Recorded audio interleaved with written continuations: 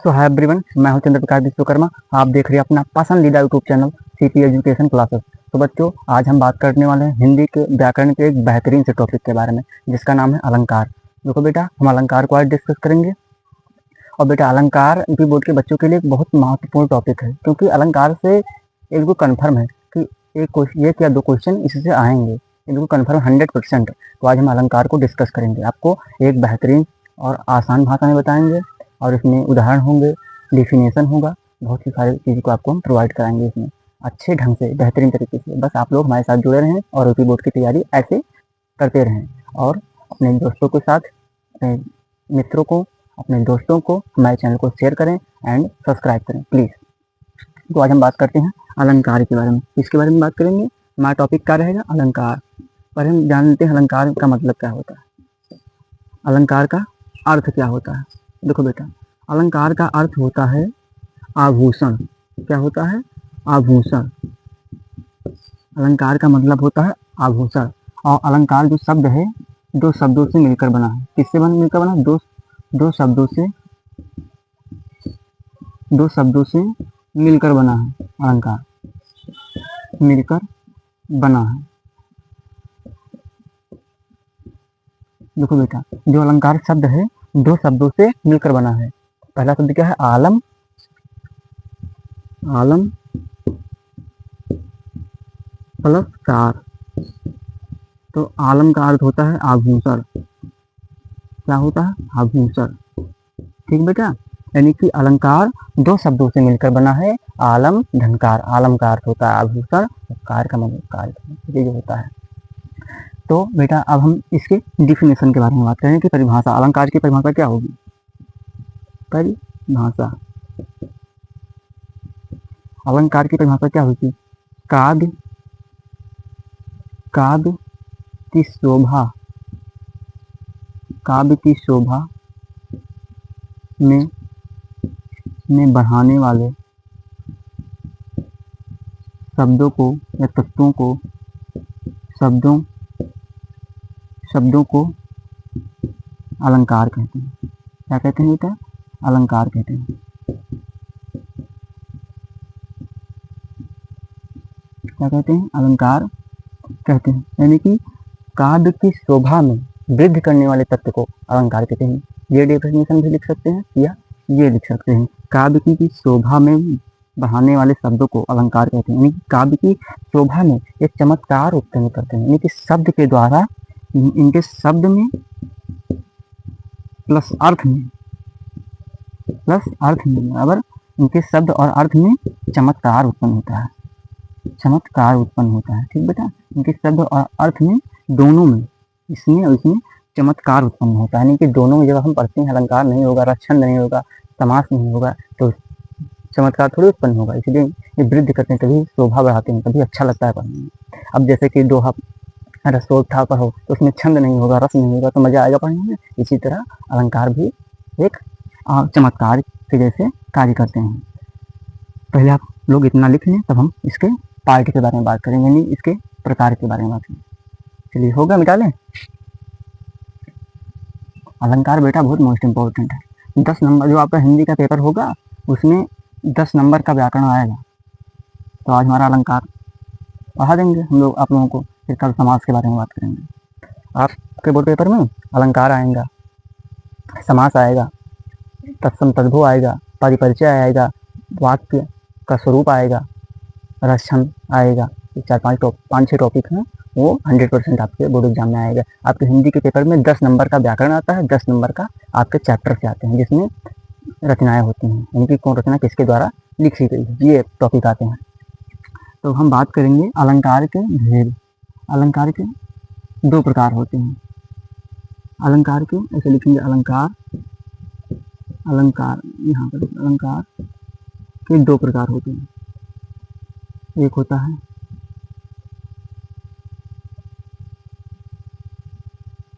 होता है शब्दालंकार, एक होता है अर्थालंकार। अभी आपको बताएंगे कितना सिलेबस आपको पढ़ना है। शब्दालंकार,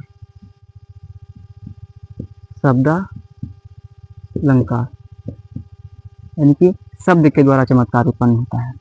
शब्द के द्वारा चमत्कार उत्पन्न होता है। ठीक, अर्थालंकार, अलंकार यानी कि अर्थ के द्वारा चमत्कार उत्पन्न होता है। चमत्कार उत्पन्न होता है। ठीक है बेटा, यानी कि शब्द के द्वारा जो चमत्कार होते हैं शब्दालंकार, अर्थ के द्वारा चमत्कार उत्पन्न है अर्थालंकार। अब शब्दालंकार के 3 पार्ट होते हैं। एक होता है यमक अलंकार, सही से लिख दें, सब लोगों को दिखे, यमक अलंकार। दूसरा क्या है? अनुप्रास अलंकार, अनुप्रास। तीसरा क्या है? श्लेष अलंकार। ठीक बेटा, अब इसमें क्या होगा? इसमें होगा आपका उपमा अलंकार। नंबर 1 है उपमा अलंकार। अर्थालंकार में उपमा है। दूसरा है रूपक। 3 नंबर पे आपका है उत्प्रेक्षा। 4 नंबर पे आपका है मानवीकरण।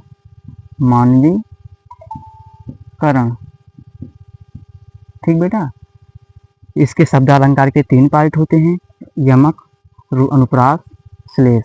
अर्थालंकार के उपमा, रूपक, उत्प्रेक्षा, मानवीकरण। अब आपके सिलेबस में क्या है और आपको क्या पढ़ना है हम आपको बताते हैं। इतना है, इतना नहीं पढ़ना, आपको केवल 3 अलंकार पढ़ना है, केवल ये 3 अलंकार आपके सिलेबस में, यानी कि आपके पाठ्यक्रम में इतना, केवल ये 3 दिया है। उपमा है, रूपक है, उत्प्रेक्षा है। आपको ये नहीं पढ़ना है, यानी कि शब्दालंकार के पार्ट नहीं पढ़ना। आपको क्लास 11th में ये सारी चीज़ें पढ़ाई जाएंगी। आपके केवल क्लास 10th में 3 अलंकार, उपमा, रूपक, उत्प्रेक्षा। और बेटा आपके बोर्ड एग्जाम में ना डेफिनेशन लिखने के आएगा, ना जैसे कि अलंकार का डेफिनेशन नहीं लिखने के आएगा, ना उपमा का आएगा, ना रूपक का आएगा, ना उत्प्रेक्षा का आएगा।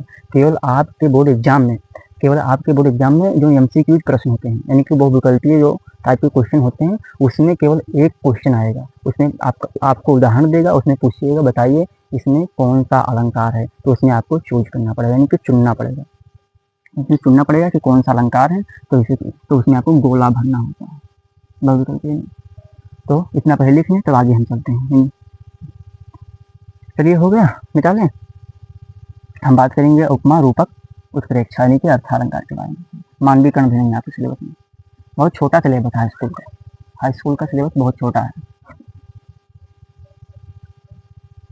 आपके हिंदी के व्याकरण को हम एक बेहतरीन तरीके से पढ़ाएंगे।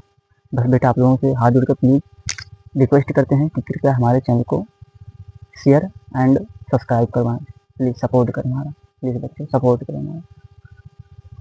तो हम बात करेंगे उपमा अलंकार के बारे में। पहले उपमा अलंकार क्या बात करेंगे? उपमा अलंकार। ठीक बेटा, उपमा अलंकार के बारे में बात करेंगे। अब इसमें देखो, जहाँ पर लिखने से देखो, थोड़ा सा देख लो, जहाँ पर उपमेय में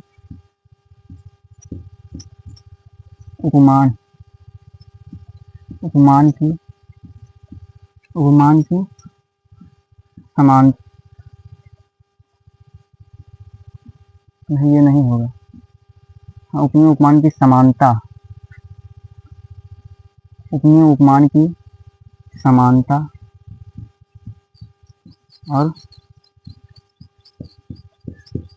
2 व्यक्तियों में समानता, अथवा लिखा दो, क्या लिखेंगे? व्यक्तियों में समानता व्यक्त की जाती है। समानता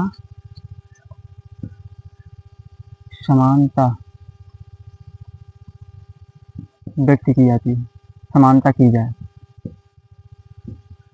वहाँ पर उपमा अलंकार होता है।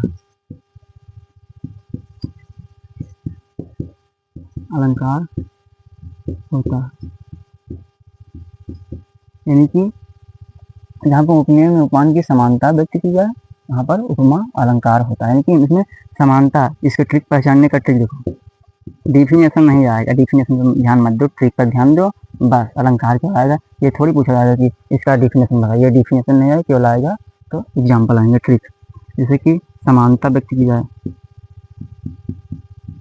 जहाँ पर सा सी समान सरिस आदि शब्द आए,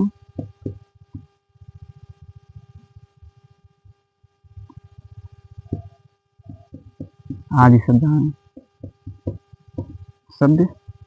आए तो वहाँ पर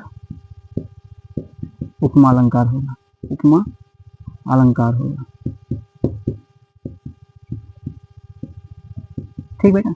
अब पहचानने का यहाँ समानता व्यक्त की जाए, सा सी समान सरिस आदि शब्द आए तो वहाँ पर उपमा अलंकार होगा, ये चीज ध्यान रखें। उपमा अलंकार यानी कि समानता व्यक्त की जाए, सा सी सम सरिस समान आदि शब्द आ जाए वहाँ पर उपमा अलंकार होगा, ये चीज ट्रिक पहचानने का। जैसे कि पहले इतना मिटा दें, दबा फिर ऊपर लिखें, हो गया।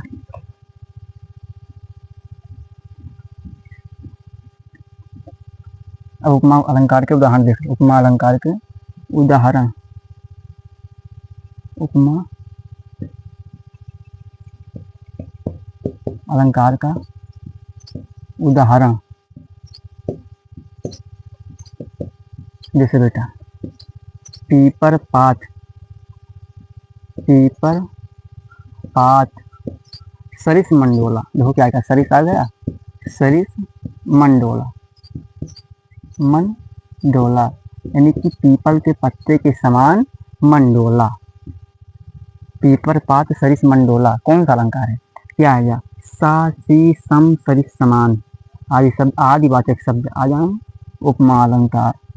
धन्य से टिक लगाइएगा। जहाँ पर सा सी सम सरिस समान आदि शब्दवाचक दिख जाए वहाँ पर उपमा अलंकार हुआ एग्जैक्ट, ये चीज ध्यान रखें। यानी कि उपमा अलंकार पहचानने का ट्रिक क्या होगा, सा सी सम सरिस समान तो उपमा अलंकार। जैसे कि दूसरा एग्जाम्पल देखो, जैसे कि कर कर कर कमा कर कर कमल के समान सुंदर है, क्या होगा, कर कमल के समान, कर कमल के समान, कर कमल के समान सुंदर है, सुंदर है यानी कि कर कर मतलब हाथ, यानी जो हाथ है वो कमल के समान सुंदर है, यानी कि कमल के समान क्या आ जाए, समानता यानी कि समान शब्द आ गया, उपमा अलंकार। जहाँ पर सा सी सम सरिस समान उपमा अलंकार, टिक लगाइए भाई। कर मतलब हाथ होता है, यानी कि जो हाथ है वो कमल के समान, कमल के समान सुंदर है, इसीलिए वहाँ पर उपमा अलंकार होगा। अब हम बात करते हैं रूपक अलंकार के बारे में। रूपक अलंकार के बारे में बात करेंगे बेटा, यानी कि रूपक अलंकार ट्रिक से पहचान, डिफिनेशन नहीं आएगा, ये डिफिनेशन मत रटिए, व्याकरण का जितना भी टॉपिक है उसमें कोई डिफिनेशन नहीं आएगा, बस केवल एग्जाम्पल आएंगे, एग्जाम्पल से ही पूछे जाएगा उसमें। अब हम बात करते हैं रूपक अलंकार। रूपक अलंकार, ठीक बेटा। रूपक अलंकार में देखो, जहां पर उपमेय में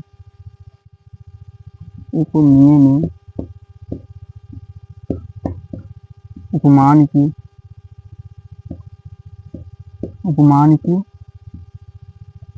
उपमेय उपमान में, उपमेय और उपमान में, यहाँ और लिख दो, और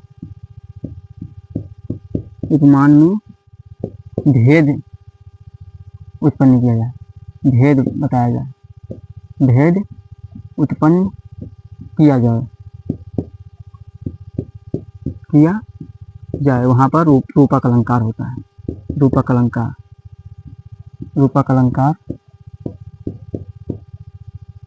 कार होगा, ठीक बेटा। जहाँ पर उपमेय उपमान के भेद उत्पन्न किया, भेद होता है, समानता की जाए और भेद भी किया जाए, समानता भी किया जाए, समानता भी होता है, समानता भी किया जाए, वहाँ पर भेद उत्पन्न हो समानता हो वहाँ पर रूपक अलंकार होता है। हम उदाहरण देखते हैं, ट्रिक, यानी कि यहाँ ट्रिक देखो, ट्रिक है, जैसे कि एग्जाम्पल से देखेंगे, जैसे कि चरण कमल, चरण चरण कमल बंदो हरि राय, बंदो हरि राय, यानी कि चरण कमल बंदो हरि, यानी कि चरण कमल के समान सुंदर है, यानी कि इसमें वह समानता एवं व्यक्त होता है, लेकिन जो चरण है वो कमल से तुलना की जाए, यहाँ पर रूपक अलंकार होगा, यहाँ पर रूपक अलंकार होगा। ठीक बेटा, यहाँ पर रूपक अलंकार होगा।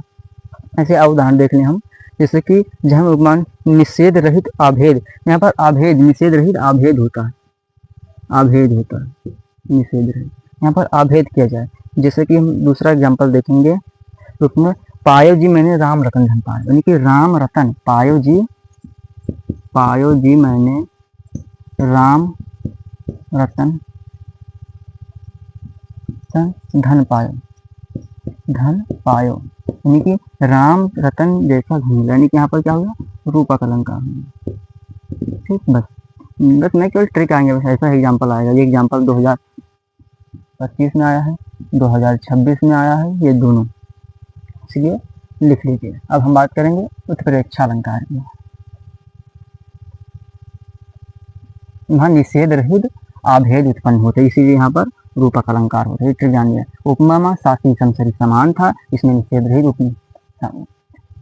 रहित आभेद उत्पन्न होता है, इसीलिए यहाँ पर रूपक अलंकार होता है। हम बात करेंगे उत्प्रेक्षा अलंकार के बारे में। उत्प्रेक्षा,